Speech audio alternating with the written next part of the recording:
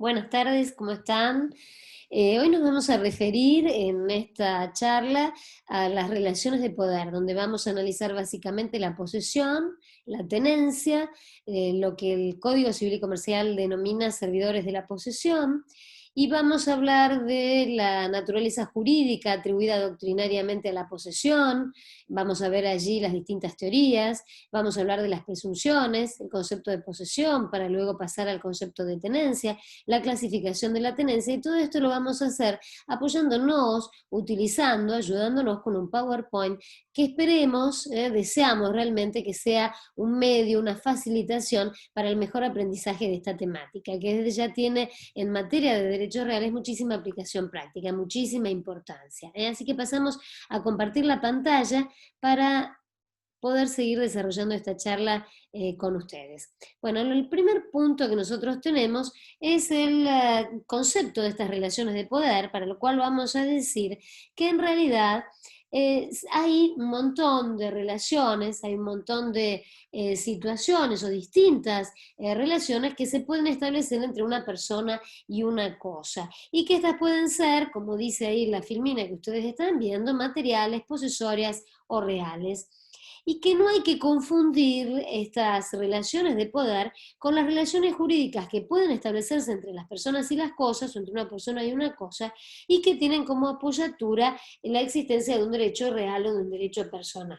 Puede ocurrir que una persona tenga la posesión de la cosa sin ser su dueño ni tener un derecho real sobre ella, y hay una relación de hecho y no jurídica. El ejemplo que les da la doctrina habitualmente es el caso de un ladrón. El ladrón se apropió de la cosa, cometió un ilícito, tiene la posesión de la cosa, pero en realidad no tiene ningún derecho sobre ella. Entonces vamos a tratar en el curso, en el desarrollo de esta charla, de analizar, de visualizar los vínculos fácticos que se pueden dar entre una persona con independencia de la existencia o no del derecho que justifique esa relación con la cosa, pero que al ordenamiento le va a dar alguna protección. El ordenamiento jurídico le va a otorgar alguna protección. Las relaciones de poder, como tienen ustedes ahí, que se pueden entablar entre una persona y una cosa, son la posesión, la tenencia y los llamados servidores de la posesión por el Código Civil y Comercial, y entre los cuales encontramos a los provenientes de las relaciones de dependencia, a los de servicio, al hospedaje o a la también hospitalidad. Y luego mencionamos que también hay otra situación, que es el mero contacto, que se denomina juxtaposición de la persona y la cosa. El ejemplo que se suele dar es el de bebé, el bebé y el chupete, que en realidad no tiene más que un mero contacto con la cosa, no tiene tampoco discernimiento el bebé para la apropiación de esa cosa, y que también se suele utilizar en el caso de una persona que está dormida, que tiene por ejemplo un billete de $100 en la mano.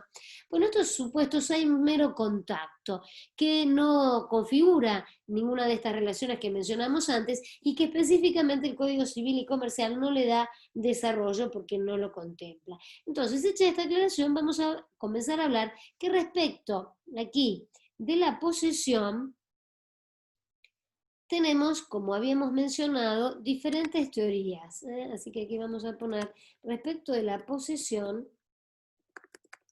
tenemos diferentes teorías. En primer término tenemos la teoría de Savigny, que es la denominada teoría clásica, en esto de hablar de un corpus y de un animus. Es una teoría subjetiva, habla de la materialidad, que es el corpus, y del animus, que sería la intención de comportarse como dueño respecto de la cosa. Y en esto es una actitud, además, conlleva la actitud de no reconocer en otra persona un derecho superior, en el mismo ejemplo que habíamos hablado antes del ladrón.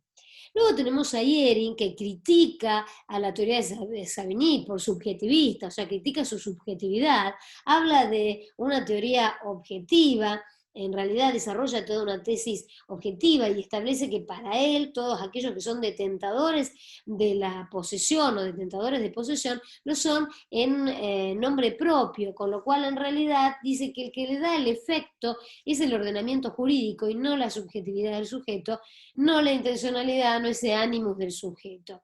Y él habla entonces de en la posesión se da el corpus y se da el animus, y en la tenencia se da el corpus y el animus, pero también esa negatividad, ese supuesto de que en realidad el ordenamiento no le está atribuyendo, no le está reconociendo el carácter de posesión. O sea que esto en realidad implica la objetivización, ya no depende de la voluntad del sujeto, sino lo que el ordenamiento le atribuye. Él decía que para configurar la posesión era suficiente con la existencia del corpus, ya que entendía que el ánimo estaba íncito, figuraba en todo poder de hecho que se ejercía sobre la cosa. En realidad a Ehring le interesaba el uso económico de las cosas, o el destino de las mismas. Ya dijimos por qué lo criticaba a Savigny, por la subjetividad de su teoría, pero además establecía que esa subjetividad de la cual hablaba Savigny era de difícil probanza, era difícil después de ser probado. Él entonces propuso esto que dijimos, una manera de distinguir la posesión y la tenencia, se basaba en una cuestión objetiva, prescindiendo, como dijimos, del sujeto. Y decía que toda relación entre un nombre y la cosa, entre un sujeto y la cosa, en tanto existiera una mínima porción de voluntad, implicaba la posesión, a menos, como decimos acá, que hubiera una disposición contraria. Por eso esa clasificación que digo. Mientras tanto, Sales desarrolla una teoría intermedia y basa en esta, pone el acento sobre todo en el aspecto económico de la relación. Bien, hecha esta mención, Sales dice que los actos exteriores son insuficientes para demostrar en realidad el animus, con lo cual él sostiene que se debe relacionar la prueba del animus con el título de la posesión, el título posesiones, y entonces la doctrina lo ha mencionado como una teoría intermedia.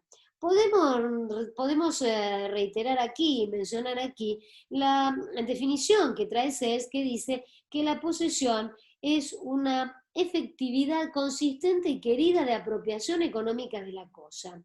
Y él dice que el corpus es el elemento que es visible, y que en cambio el animus es el propósito de realizar esa apropiación de la cosa, de explotarla en beneficio propio, de un modo independiente. Él recalca el modo independiente del disfrute de la cosa.